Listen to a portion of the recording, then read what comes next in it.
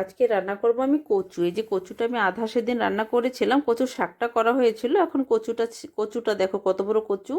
এখন আধাটা রান্না করব, অতটা তো দরকার নেই আমাদের, আধা কচুতে হয়ে যাবে।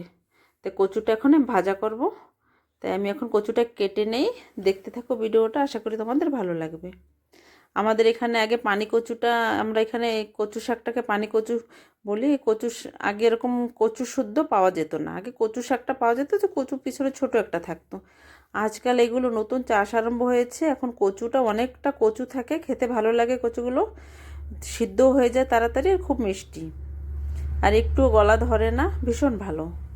তো কচু একটা কিনলে মানে 3 দিন লাগে সরতে। আমাদের লোক কম, তো একদিনে হয় না, 3বার খেতে হয়। কচু শাকটা খাওয়া হয়েছে আগে। এখন এই কচুটা আজকে আধা রান্না করব, আরও কিছুটা থেকে যাবে, আর একদিন সেটুক রান্না করব। তাই আজকে এটুক এখন কেটে নেই। এটাও ভাজা করব, যে এরকম বড় বড় করে কেটে নেব এখন। এটাও গলে মিশে যাবে, এটা ওরকম আস্ত থাকবে না। যে এরকম করে এখন আমি সব কচুটা কেটে নেই।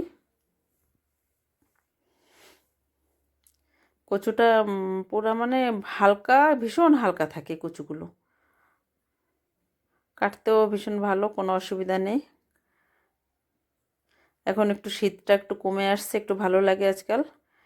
এই যে এরকম করে কেটে নিয়েছি। এখন কচুটা আমি রান্না বসাবো। কড়াই বসিয়ে দিয়েছি। কড়াইতে তেল গরম হয়ে গেছে, 5 ফোড়ন আর শুকনো লঙ্কা দিয়েছি, তার ভিতরে কচুটা দিয়ে দিলাম। এর সাথে একটু কচু শাক থাকলে ভালো হতো। এতে লবণ দিয়ে দিলাম, হলুদ দিয়ে দিয়েছি, আর কয়েকটা কাঁচা লঙ্কা চিড়ে দিয়ে দিলাম। এখন এটা আমি নেড়ে চেড়ে নেব। এটা ঢেকে ঢেকে রান্না করতে হবে, নাহলে একটু সিদ্ধ হতে একটু সময় লাগবে। খেতে ভীষণ ভালো হয়েছিল, আর ভীষণ ভালো লাগে কচুটা খেতে। আমি তো এই কচু যখনই নিয়ে আসি, আমি সবসময় কচু একটা কিনবো, কিনে আমি 2-3বার ধরে একটু একটু করে খাবো। যে ঢেকে রেখেছিলাম, উঠে আবার নাড়াচাড়া দিয়ে নেব। এরকম করে করে অনেক সময় ধরে রান্না করতে হয়। আমাদের এইখানে এই কচু শাকটা, এই কচুগুলো ডালমা করলে ডালমার ভিতরে দেয়। মানে মুগের ডালের যে আলু বেগুন সব, কুমড়ো সব দিয়ে কচু দিয়ে রান্না করে উড়িয়ারা এই কচু শাকটাকে এরকম রান্না করে খেতে জানে না। আমাদের এখানে এই কচুগুলো হচ্ছে ওরা ডালমার ভিতরে, ঘান্ট তরকারির ভিতরে কচু টচু দিয়ে মিশিয়ে রান্না করে, ওইগুলো ভালো লাগে খেতে। এই যে কচুটা সিদ্ধ হয়ে গেছে, আমি জায়গা করে দিয়েছি মধ্যেখানে, জায়গা করে একটু হলুদ, একটু তেল দিয়ে দিয়েছি। তেলের ভিতরে রসুন কুচি দিয়ে দিলাম।